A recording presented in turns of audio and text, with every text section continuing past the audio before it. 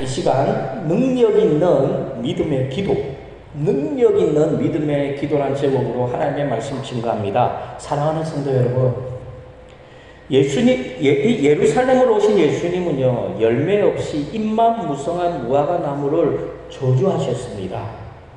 그리고 다음날 아침에 제자들이 무화과 나무 옆을 지나갈 때에 무화과 나무가 뿌리째 마른 것을 보고 제자들이, 특히 베드로가 예수님께 뭐라고 말했느냐? 라삐여, 보소서, 저주하신 무화과 나무가 말랐나이다, 이렇게 말을 했죠. 그러자 예수님은 베드로의 말을 듣고 난 다음에 예수님이 뭐라고 말하셨느냐면 하나님을 믿어라, 하나님을 믿으라, 이렇게 말씀하셨어요.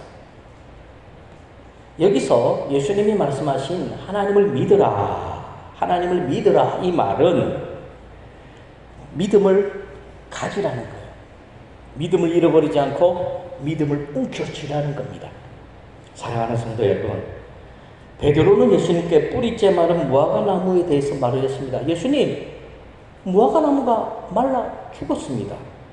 그런데 예수님은 베드로의 말과는 엉뚱한 말씀을 하죠. 믿음을 가져라. 앞뒤 문맥이 맞지 않아요. 마치 동문서답하고 있는 것 같습니다. 그러나 그렇지 않습니다.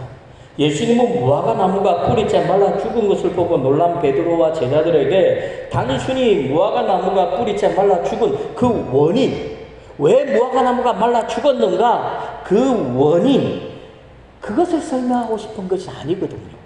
무화과 나무가 말라 죽을 수도 있죠. 무화과 나무가 뭐 그리 중요하다고요? 예수님은 지금 무화과 나무 이야기를 하고 있는 것이 아닙니다. 예수님은 무화과 나무가 뿌리째 말라 죽는 것을 통해서 믿음이 없는 예루살렘 성전을 말씀하고 있는 겁니다. 뿌리째 말라 죽은 이 무화과 나무를 통해서 오늘날 저와 성도님들, 예수 믿는 성도들 중에서 믿음 없는 성도들 향해서 말하는 거예요. 열매가 없어서 뿌리째 말라 죽은 무화과 나무처럼 믿음이 없어가지고 강도의 소굴이 되어버린 예루살렘 성전을 말하고 있죠. 믿음이 없어서 세상에서 손가락질 당하는 오늘날 성도들 향해서 예수님이 말씀하고 있다라는 겁니다. 믿음을 못 지키면 어떻게 된다고요? 우리가 성도로서 이 땅에서 믿음을 못 지키면 어떻게 됩니까? 뿌리째 말라 죽어버린 무화과 나무처럼 된다라는 거예요. 그러므로 교회는 믿음이 있어야 돼요. 돈 없어도 돼요. 교회 건물 없으면 어떻습니까? 교회는 예수 믿는 사람들로 가득 넘쳐야 되고, 그 예수 믿는 그 믿음으로 하나님께 울부짖고 기도하는 소리가 교회에 울려 퍼져야 됩니다. 그래서 예수님은 무화과 나무가 왜 말라 죽었는지에 대해서 궁금해하고 있는 제자들에게 예수님은 하나님을 믿어라, 이렇게 말씀하고 있죠. 제자들은 지금 껍데기에 대해서 질문을 하는 거예요. 껍데기에 대해서. 그런데 예수님은 알맹이를 이야기합니다. 하나님을 믿어라, 믿음을 가져라. 사랑하는 성도 여러분, 예수님의 눈에는 무화과 나무가 뿌리째 말라 죽은 것처럼 예루살렘 성전은 이미 말라 죽었다니까요. 예루살렘 성전은 더 이상 성전이 아니에요. 예수님이 뭐라고 그랬죠? 강도의 소굴이라고 그랬어요. 예수님이 성전 안에서 장사꾼을 쫓아냈다고 해서 이제 예루살렘 성전이 거룩한 성전이 되었습니까? 아닙니다. 더러워진 성전을 깨끗하게 청소했다고 해서 그 성전이 거룩한 성전이 됩니까? 아니라니까요. 예루살렘 성전 안에는 여전히 믿음 없는 사람들로 들끓고 있었어요. 아마도 장사치들도 아직 떠나가지 않고 그 주위에 머물러 있었을 겁니다. 왜? 예수님이 가시고 난 다음에 다시 장사해야죠. 예수님이 가시고 난 다음에 다시 좌판을 벌려가지고 장사해야 될 거 아닙니까? 여전히 예루살렘 성전은 강도의 소굴이었어요. 여전히 예루살렘 성전 안에는 예수 믿는 사람들이 없다니까요. 기도의 소리가 울려 퍼지지 않고 있어요. 그 모습이 예수님의 눈에는 어떻게 보입니까? 뿌리째 말라 죽어버린 무화과 나무와 똑같은 거예요. 그러므로 오늘날 교회는 믿음이 있어야 돼요. 믿음이 없으면 열매 없는 무화과 나무처럼 뿌리째 말라 죽을 수밖에 없습니다. 교회 안에 믿음 있는 사람들이 넘쳐나야 돼요. 믿음 있는 사람들이 하나님 앞에 울부짖고 기도하는 소리가 넘쳐나야 돼요. 다른 거 보지 마세요. 교회가 크냐 성도가 많냐 그거 보지 마세요. 아무 교회나 딱 들어가 보세요. 평일날 특히 수요일이라든지 금요일이라든지 딱 가보세요. 그 교회 기도 소리가 들리는지, 새벽 기도에 와봤는데 새벽 기도에 사람들이 많이 와서 기도하고 있는지, 금요 성령 집회에 기도하고 있는지, 새벽 기도도 없는 교회들 있죠. 금요일날 심야 기도회도 없는 데가 있죠. 죄송하지만 그런 교회는 죽은 교회예요. 교회는요, 기도 소리가 들려야 돼요. 기도 소리가 들려야 그 교회가 살아있는 교회고 부흥하는 교회입니다. 다른 거 볼 거 없어요. 아무 교회나 가가지고 이 교회는 기도 소리가 들리는가? 새벽 기도 시간에 사람들이 모여와서 기도하고 있는가? 금요 성령 집회에 많은 사람들이 모여와서 울부짖고 기도하고 있는가? 있다면 그 교회는 살아있다라는 겁니다. 그래서 예수님은 제자들에게 하나님을 믿으라. 믿음에 대해서 말씀하셨어요.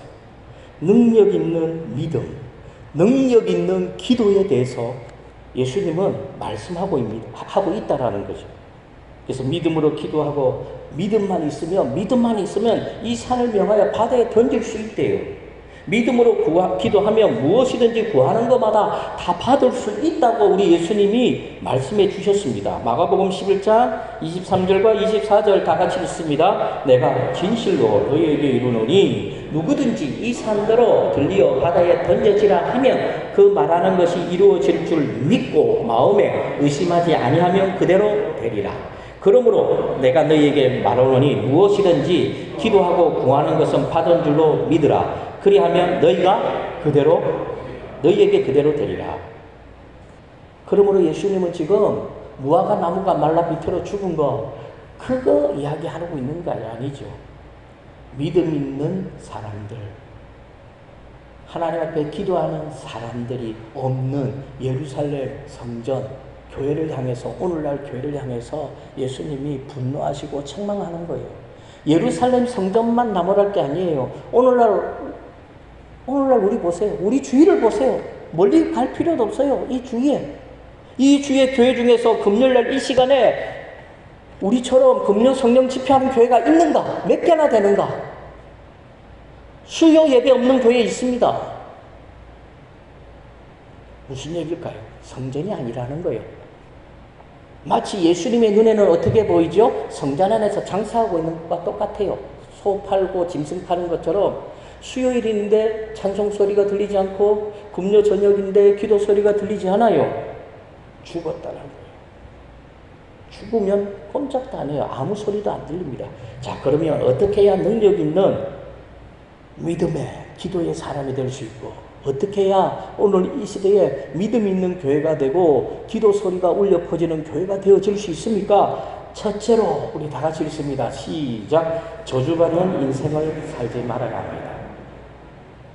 우리가 믿음의 사람이 되고 능력 있는 사람이 되기 전에 먼저 저주받는 인생을 살면 안 된다라는 거죠. 본문 20절 말씀에 보면 예수님이 저주하신 무화과 나무가 뿌리째 말라 죽은 것을 제자들이 보게 됩니다. 마가복음 11장 20절 다 같이 읽습니다.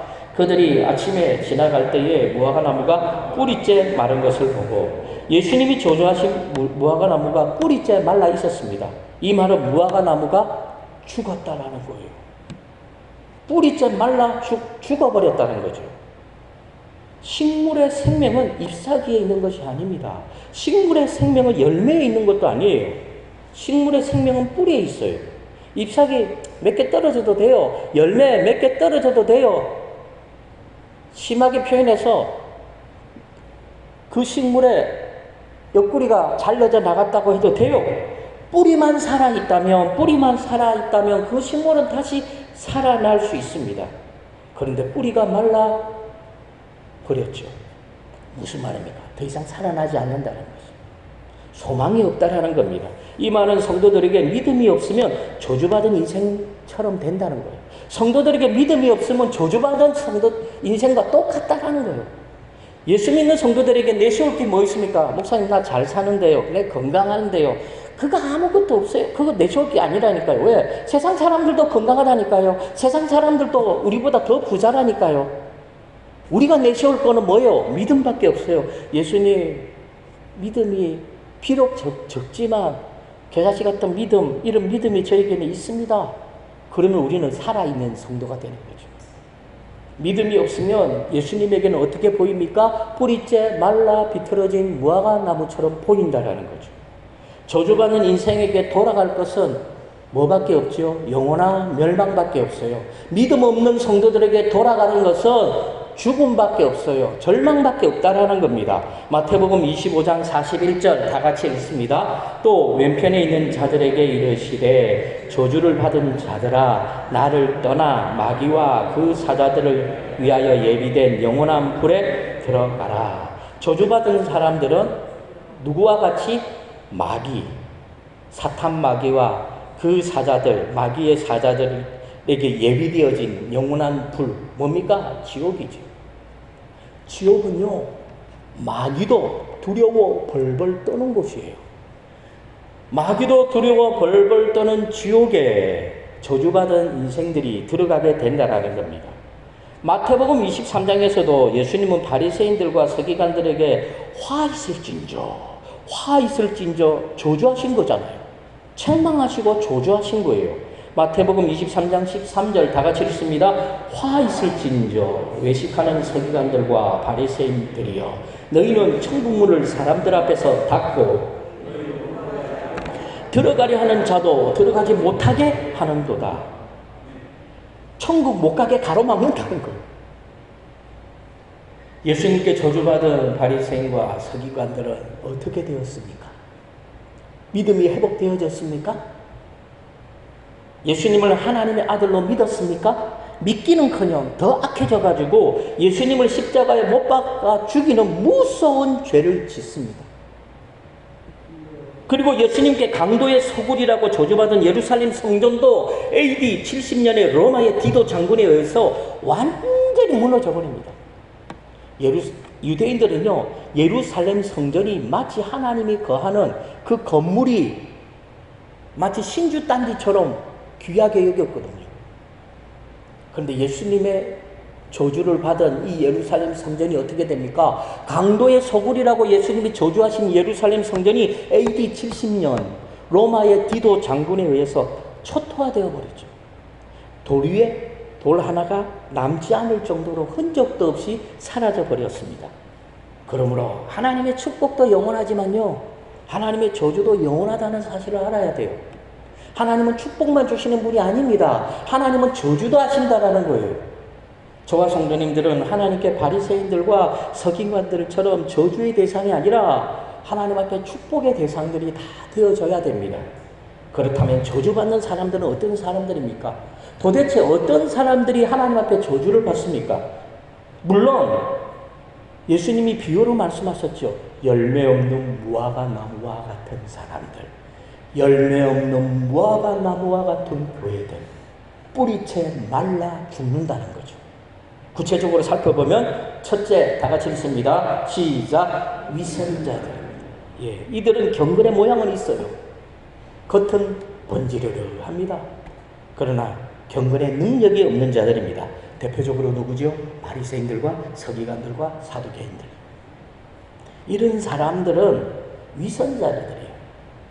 그래서 예수님께 화 있을진저 저주받은 인생을 살아가죠.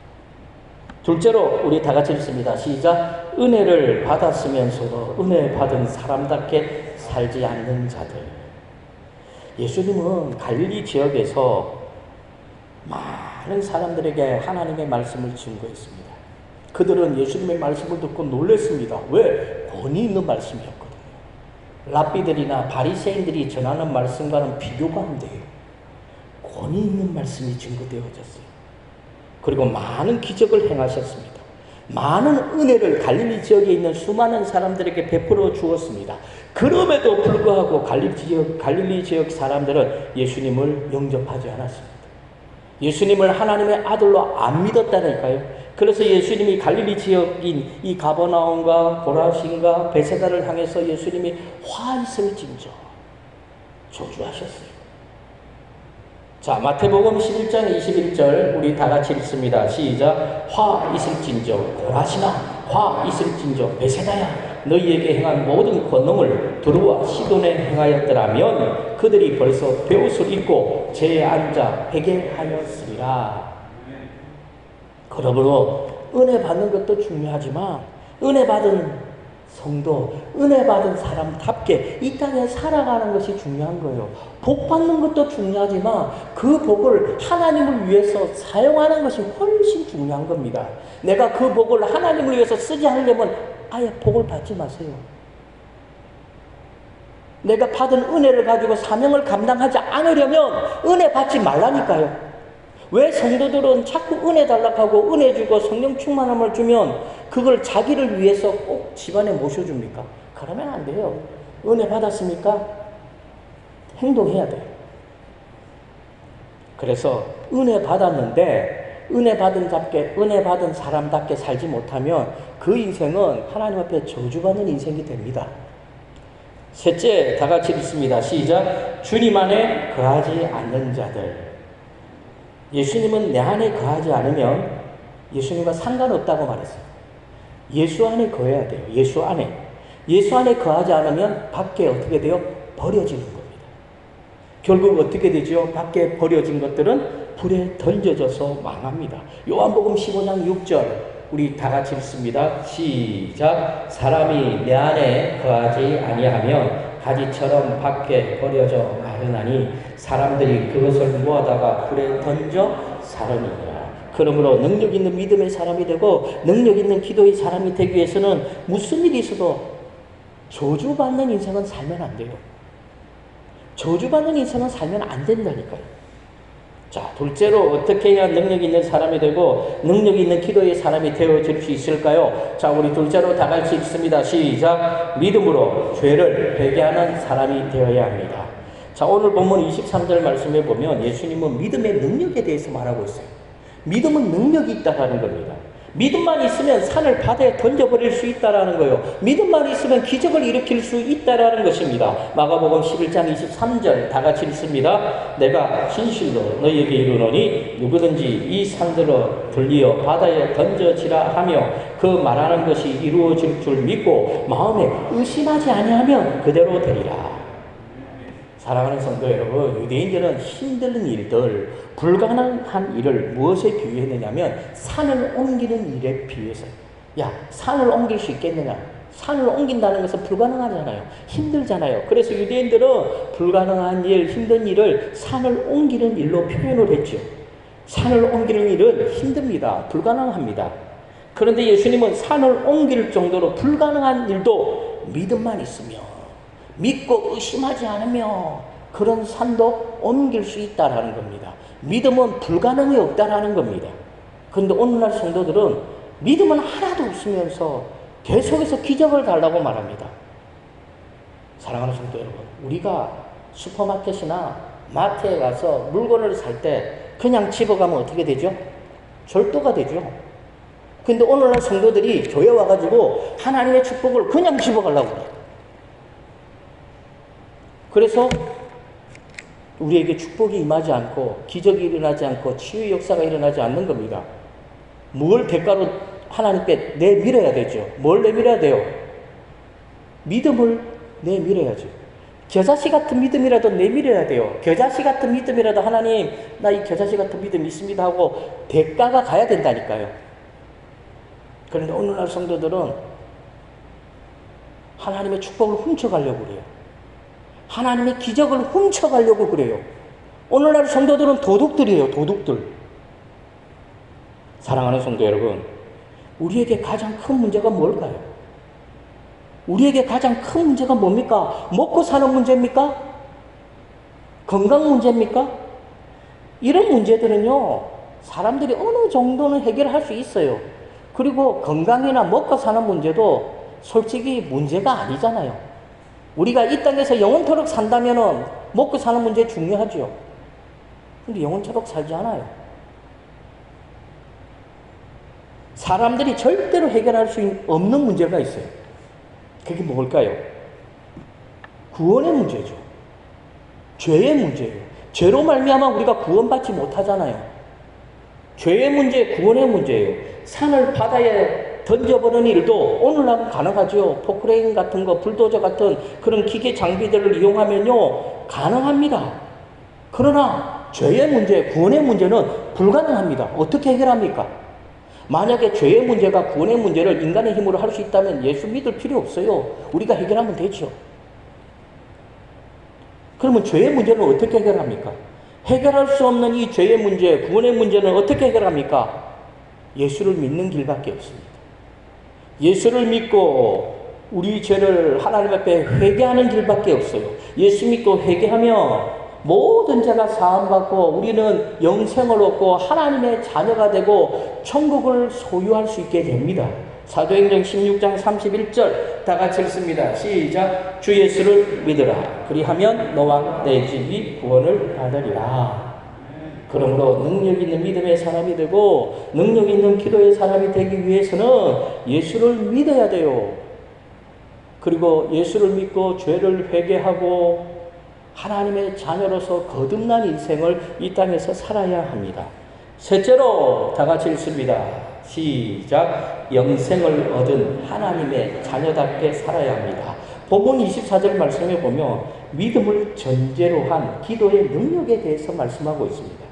마가복음 11장 24절 다 같이 읽습니다. 그러므로 내가 너희에게 말하노니 무엇이든지 기도하고 구하는 것은 받은 줄로 믿으라. 그리하면 너희에게 그대로 되리라. 믿음 있는 기도의 능력은 불가능이 없다라는 거죠. 기도는 불가능이 없는데 그냥 기도는 불가능이 있지요. 어떤 기도? 믿음의 기도. 이 말은 무슨 말입니까? 오늘날 성도들은 기도는 하는데 그 기도가 믿음의 기도가 아니라는 거예요. 내가 기도했는데 응답이 안 되어지면 여러분은 기도를 스톱해야 돼요.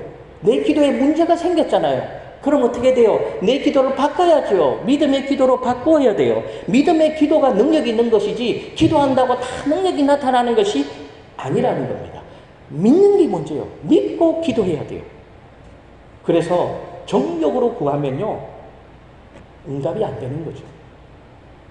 사랑하는 성도 여러분, 예수님이 우리에게 가장 주시고 싶은 것이 뭘까요? 예수님이 우리에게 가장 주시고 싶은 거 건강일까요? 돈일까요? 예수님이 우리에게 주시고 싶은 것은 영생입니다. 구원입니다. 예수님이 이 땅에 오신 목적도 우리로 하여금 영생을 얻게 하려고 예수님은 이 땅에 오신 겁니다. 그러므로 우리는 영생을 얻은 하나님의 자녀답게 살아야죠. 예수님은 우리에게 영생을 주기 위해서 그 험한 꼴을 당하셨는데 우리는 그 영생을 받았으면서도 그 영생을 마치 뭐라 그럽니까? 싸구려 취급을 하고 있다는 거죠. 영생 얻은 하나님의 자녀들은 죄를 멀리 해야 돼요. 그리고 혹 죄를 지었다면 하나님 앞에 엎드려 회개해야 됩니다. 험한 세상 속에서도 우리가 언제나 천국을 소망하며 살아가야 돼요. 자기 생각, 자기 기분에 조금 틀어졌다고 시험 들고, 시험 드는 건 악한 거예요. 아시겠습니까? 시험 드는 거 악한 거라고요. 죄입니다. 누구한테 시험 듭니까? 사람들에게. 자기 마음에 안 든다고. 오해하는 것도 죄예요. 오해는 자유일 수 있지만 오해하는 것도 죄예요. 그래서 하나님의 자녀답게 살아간다는 것은 쉽지가 않죠. 그리고 하나님의 자녀답게 산다는 것은요, 이웃을 내 몸과 같이 사랑하는 거예요. 사랑하는 거. 그런데 이웃이라면 누굴 말하죠? 나 외에 다른 모든 사람들은 나의 이웃이에요. 이웃이 나에게 상처 준다고 시험 듭니까? 이웃이 나에게 뭐 한다고 내 저 사람 꼴 보기 싫어서 교회 안 나옵니까? 악한 거 제일 하니까요. 사랑으로 덮어주세요. 그러므로 능력 있는 믿음의 사람이 되고 능력 있는 기도의 사람이 되기 위해서는요, 영생 얻은 하나님의 자녀답게 좀 살아야 돼요. 하나님의 자녀라니까요. 하나님의 자녀인데 이 세상에 별거 아닌 것 때문에 시험 돌고 절망하고 낙심한다는 것은 부끄러운 일입니다. 네 번째로 다 같이 읽습니다. 시작. 이웃의 잘못을 화해해야 합니다. 오늘 본문 25절 말씀에 보면 이웃의 잘못에 대해서 용서해야 된다고 말합니다. 우리가 이웃의 잘못에 대해서 용서하지 않으면 하나님도 우리를 용서하지 않는데요. 무서운 말이죠. 내가 누군가에 때문에 시험 들었어요.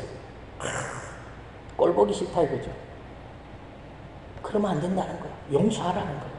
그래야 하나님이 우리를 용서한다라는 거죠. 그래야 하나님이 우리의 기도에 응답한다라는 거죠.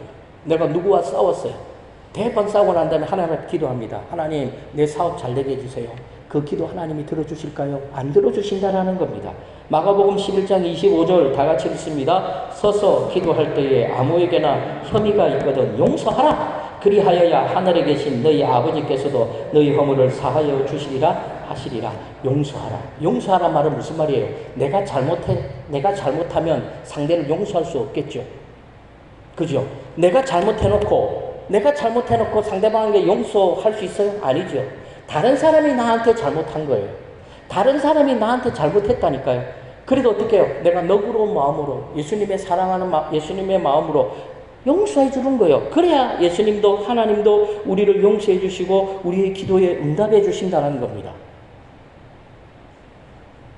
그런데 하나님은 예물을 바칠 때도 우리가 하나님 앞에 헌금할 때도 이웃과 먼저 화목하라고 말하고 있어요.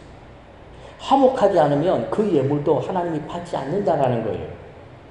마태복음 5장 23절, 24절 다 같이 읽습니다. 그러므로 예물을 제단에 드리려다가 거기서 내 형제에게 원망들을 만한 일이 있는 것이 생각나거든 예물을 제단 앞에 두고 먼저 가서 형제와 화목하고 그 위에 와서 예물을 드리라. 그러므로 능력 있는 사람이 되고 능력 있는 기도의 사람이 되기 위해서 먼저 이웃과 관계가 좋아야 돼요. 화목해야 돼요. 이웃과 화목하는 가장 좋은 것이 뭔지 압니까? 전도입니다. 아시겠어요? 내 이웃과 가장 화목하고 이웃과 좋은 관계를 맺는 방법은 전도인 거죠. 결국 무슨 말입니까? 저는 이 말을 전도하라는 말씀으로 저는 봤습니다. 화해해라, 용서해라. 이 말은 전도하라는 겁니다. 그 영혼을 하나님의 자녀 삼으라는 겁니다. 사랑하는 성도 여러분, 저와 성도님들은 열매 없는 무화과 나무와 같은 사람들처럼 이 땅에서 저주받는 인생 살면 안 됩니다.